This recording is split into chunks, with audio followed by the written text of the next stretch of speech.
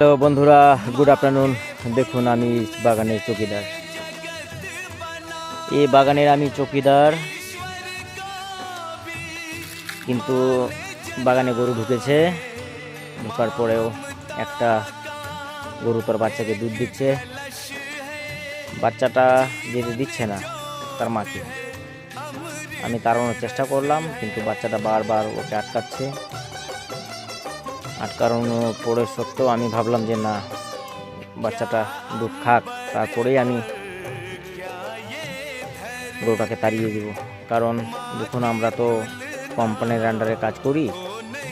যদি আমরা গরুরা না তাড়াই তাহলে আমাদের হাজিরা তো কেটে দিবে না। তার জন্য আমি গরুটাকে তাড়াচ্ছি না। বাচ্চাটা বারবার ওর মাকে আটকাচ্ছে, কিছু করার নাই। তবুও আমি দেখলাম যে আশেপাশে কেউ নেই, সাহেব নেই, কেউ নেই। এই সময়টা গরুটা ঢুকে গেছে বাগানের মাঝখানে। এই দেখুন, বাগানের মাঝখানে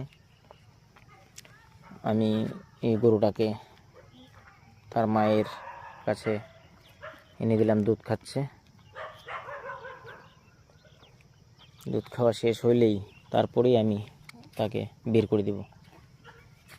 দেখলেন? এই দেখুন, আমি আগাচ্ছি আর বাচ্চাটা তার মাকে কিভাবে দুধ খাওয়ার জন্য দুধ খাচ্ছে দেখতেই পাচ্ছেন।